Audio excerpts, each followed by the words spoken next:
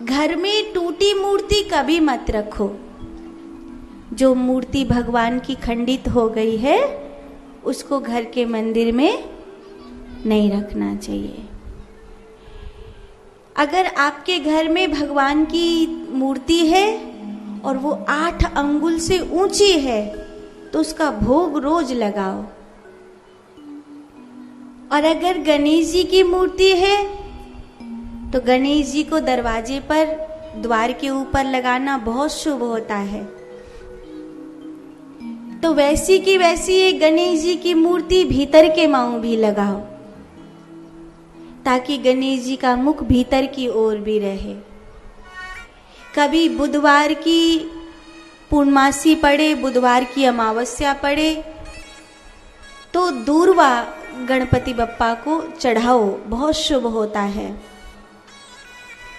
और मंदिर में अगर, घर में अगर गणेश जी की तस्वीर लगानी है तो कोशिश करो कि गणेश जी का मुंह हमेशा उत्तर में रहे।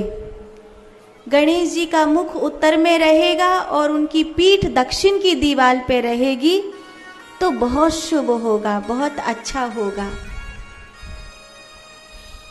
किसी नदी पर जाओ और कोई ऐसी भगवान का कैलेंडर फट गया है, कोई भगवान की फोटो है बहते हुए पानी में बहानी है, तो उसमें अगर कांच लग रहा हो तो पहले ही निकाल लो। कांच पानी में नहीं बहाना चाहिए, क्योंकि फिर उस नदी में कोई नहाने जाएगा और उसके पाँव में वो कांच लग जाएगा तो तुमको पाप लगेगा। कांच कभी नदी में नहीं बहाना चाहिए।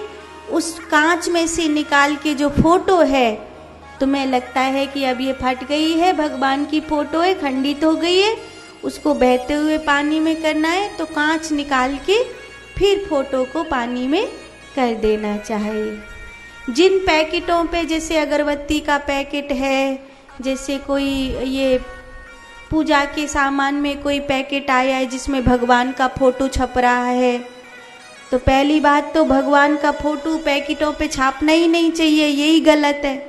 मान लो अब वो लोग छाप देते हैं तो उनका तो कुछ कर नहीं सकते, उन तो क्या कह सकते हैं, सब अपने अपनी मौज में हैं, सबकी मनमानी है। हिंदू धर्म में तो कोई कुछ भी करे कि हिंदू लोग तो कुछ कहते ही नहीं हैं।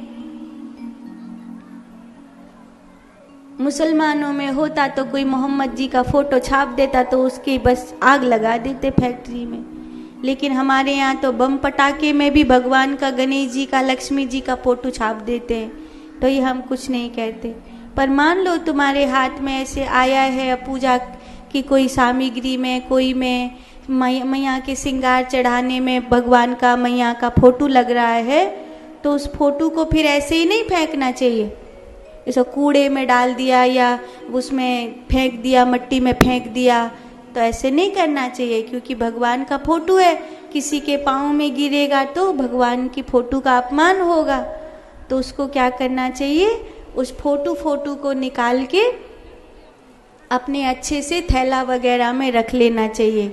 और जब कभी जैसे गंगा जी जाओ, यमुना जी जाओ, तो बहते हुए जल में उसको प्रवाहित कर देना चाहिए, तो फिर वो गंगा मैया में, पानी में अपने आप वो समा जाएगा। ऐसा करना चाहिए। गीता रामायण भी फट गई हो तो उसको भी सुरक्षित करना चाहिए, ये करना चाहिए। तो नंद बाबा को भगवान कृष्ण ने समझाया कि आपको ब्रह्म मुहूर्त से पहले यमुना स्नान में नहीं जाना चाहिए था, क्योंकि किसी भी पवित्र नदी में रात्रि में स्नान नहीं करना चाहिए। सूर्य ढकने के बाद और सुबह ब्रह्म मुहूर्त से पहले किसी भी नदी में नहाना वरुण देवता का अपराध होता है। तो रात में कभी नदी में स्नान नहीं करना है। कुछ लोग हैं, अब मान लो रात में गए और रात में पहुंचे और पता पड़ा रात में डुबकी मार के और सवेरे सवेरे तो रेलगाड़ी पकड़ ली और गए। नहीं, रात में अगर आप पहुंचे हो और कोई उपाय नहीं है तो फिर आपको एक काम करना चाहिए कि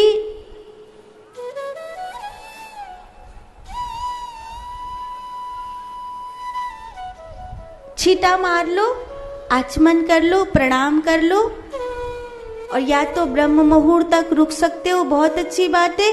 नहीं रुक सकते हो तो फिर नदी में डुबकी नहीं मारनी चाहिए, रात में नदी में डुबकी नहीं मारनी, ब्रह्म मुहूर्त का इंतजार करना चाहिए। ब्रह्म मुहूर्त लगभग 3 साढ़े 3 बजे, 2:30 बजे के बाद आप नहा सकते हैं। 3 साढ़े 3 बजे ब्रह्म मुहूर्त शुरू हो जाता है। सूर्य उदय की तिथि के अनुसार होता है। सूर्य उदय की तिथि से लगभग 2 घड़ी पहले से ब्रह्म मुहूर्त नदी स्नान के लिए मान्य होता है, ऐसा कहा गया है।